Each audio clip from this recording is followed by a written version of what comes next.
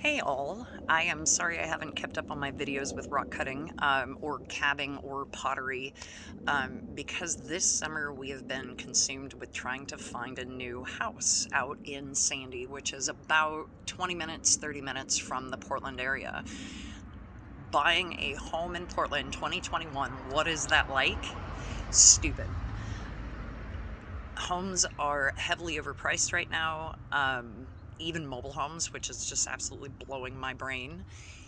And it's crazy. It has slowed down quite a bit. So we are now in August, and I think I've seen homes stay on the market for an average of at least 2 or 3 weeks before getting an offer. Whereas a month ago, they were on the market for 2 or 3 days and getting 18 offers, and selling $100,000 over asking instead of selling for only $5,000 over asking. So I've been heavily following the market since May of this last year.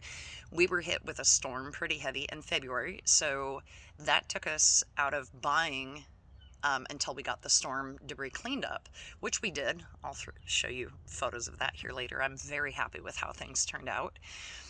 But buying and selling a home here in Portland sucks. I have a little place here in Milwaukee. I purchased this home back in 2003 or 2004, so I've owned it for 17, 18 years. We do have some equity built up, so we've got a nice down payment from the equity of the sale of this home. However, I am a special education teacher. My husband is retired. We have a combined total income of less than $100,000 a year. Should we be able to own a home here in Portland with that income? No. The market says no. And why is that? So to give you an example of what's going on here, here is a mobile home for sale in Boring. Now remember, we're looking in the Sandy, Boring, Damascus area, which is further out of Portland than Milwaukee, so we should be paying a little bit less. No, look at this. This is a mobile home currently for sale, 1996, in the Boring area. And this is actually a pretty decent price from what I've seen in this area. It does not sit on its own land. It is in a mobile home park, and they want $110,000. It's in 1997. Now, my grandfather purchased a mobile home in a park in Sandy back in 92, 93. It was a 92. It had been moved twice. It was the park home model, so they had used it as a model for a year in that park for $34,000. And I sold that home 2-3 years ago when he passed away for $10,000. And the reason being, the home had a lot of water damage, and so the roof had just been replaced, but a lot of the damage hadn't been fixed. I was really afraid that the park would ask us to move the home, which we had no availability of moving the home, so that was a little sketchy. Now homes are selling in that same park the same year as his home for $100,000 to $150,000, $160,000. Is this a joke? I don't hear anyone laughing. Anyway, okay. So let me show you a little bit about what's going on in the market and what I've been seeing lately. In the last 2 weeks, homes have really slowed down in regards to the offer and how quickly they go to a sale pending, which is nice to see. And it might be because people are getting really tired and worn out of this market, which, thank God. The only reason that we are moving, my parents are elderly. They are getting to the point where they cannot take care of their home. They are 78 and 79, and realistically, they're not going to be able to stay in their home that much longer. And it's been about this year that my dad's health has deteriorated really quickly. And so we would like to get them in a home with us and have 2 living spaces. And so that's kind of tough, to find. But it's not impossible. There are a lot of homes that are split level or split entry where there's a, upper level living area and a lower level living area. And so that would work for us. But in the market today, just wait for it. Let me see if I can find, there was a home for sale in Damascus. We started seeing all these split entry homes pop up on the market. And we've seen many of them. And actually, I'll do some videos going through some walkthrough of some homes. But a bunch of these popped on the market at about the same time, and the average price for a split level, 2,000 square feet, 2,100 square feet, with about an acre of land, was $650-ish. And all of a sudden, at the beginning of March, we saw this huge upsurge, beginning of March, oh my gosh, August, beginning of August, end of June, we saw a huge upsurge in the price of homes, which was kind of weird because the market should be going down by now, right? Well, these are the latecomers to the market that thought that they could keep that upsurge happening. Look at this home. This home was listed in Boring. It has 1 acre. Oh, less than an acre, 0.69 of an acre right there. 2,600 square feet, 3.5 bath, 3 bedroom, 499,000 sale pending. Well, you think this is actually a really good price for this house, which it is. However, they listed this home on the market for $950,000. So this is after they had cut the price in half. It had been converted to a salon. And so I found it interesting to list that home for that much. I was like, wow, really? Now, the market has been really hot in the Boring, Damascus area, and one of the reasons being is because it's 20 minutes from Portland, 25 minutes instead of being a half hour or 45 minutes away. Sandy's a little bit further out. It's below Mount Hood. There are towns... Ooh, I got a bee. There are towns that are further from Sandy, like Welch's, Rhododendron, those areas. Those areas you can still find a really screaming deal on a house and property out there if you don't mind an hour-and-a-half drive. I do. I really don't want to live out that far, so I've set my borders. For those of you that know the Sandy area, the Furwood Road is Shorty's Corner, is my border. So we've been looking at property, and we have found several homes that would work.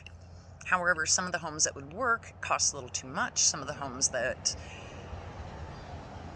and I want to show you a home actually that would work, that we fell in love with.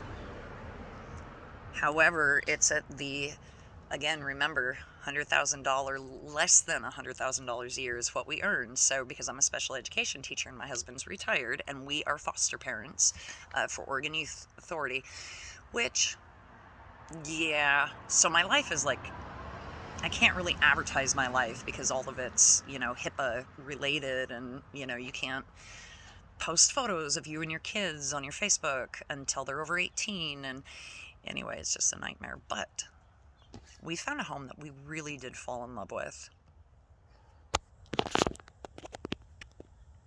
We absolutely love this home. However, 2,300 square feet, there is no living divisions in this home.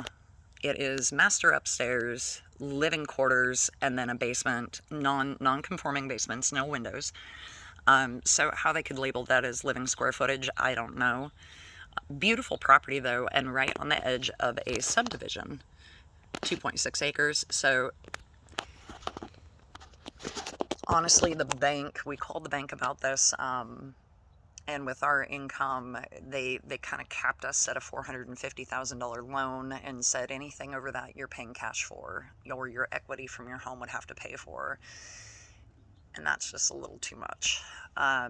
They purchased this home back in 2019 for $555,000. Good for them for getting, or for asking for $250,000 more than what they bought it for.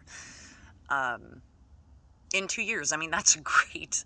That's crazy turnover in just under 2 years to earn $250,000 worth of equity on a home.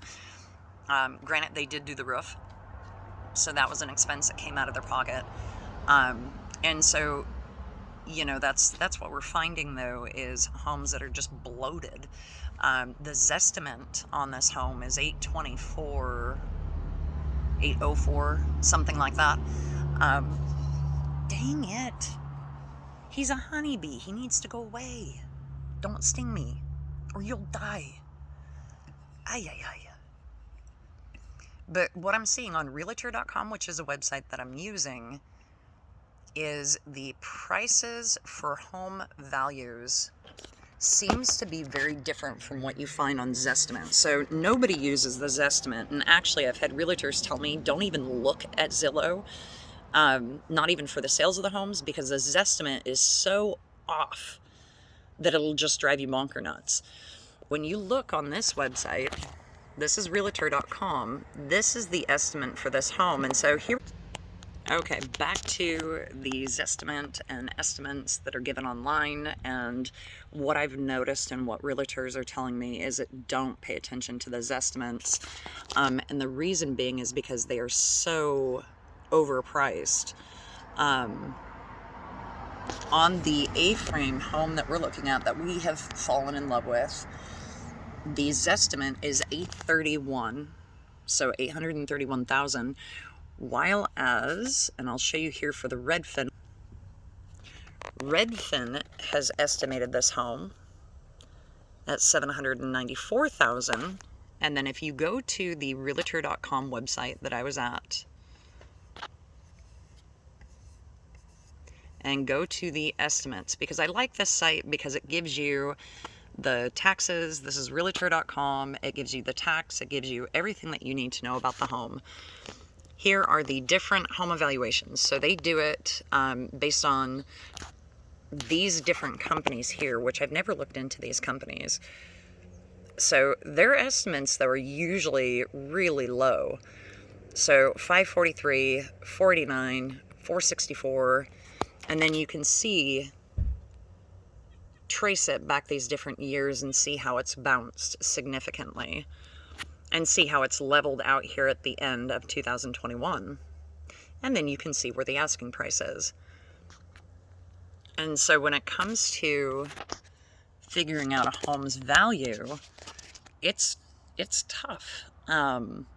And unless if you have someone there that's going through all the different data and all the different sales that are similar, then you can find a decent evaluation for it. But with a home with shops on it, garages on it, all this different stuff, then it gets a little sticky in regards to like finding a comparison. So did you find a comparison with 3 acres? Did you find a comparison with barns on it, with a garage on it, fenced, whatever? So finding a home in Sandy has been an utter nightmare. And I have to say, right now in 2021, I may actually take some videos on some of the home searches that we've done. Some of these homes have been amazing, and we are looking, our price range is in the literally in the $650 range if it's got 2 living units. So an upstairs and a downstairs, a main house and a mobile home, 2 little main houses. It doesn't really matter what it is, but that's kind of where we're looking at for a price limit, and that's been very hard to find. We would like an acre or more. We would like to have a shop. So we've got a lot of demands on our list that just may not be filled. It's been interesting. The home that we currently have here in Milwaukee, listed on the market, comparing to what other people are selling their homes for, I've got a direct comparison at around $400,000, $410,000 that sold very similar to our home. Yeah, I would rather sell low and buy low than sell high and buy high.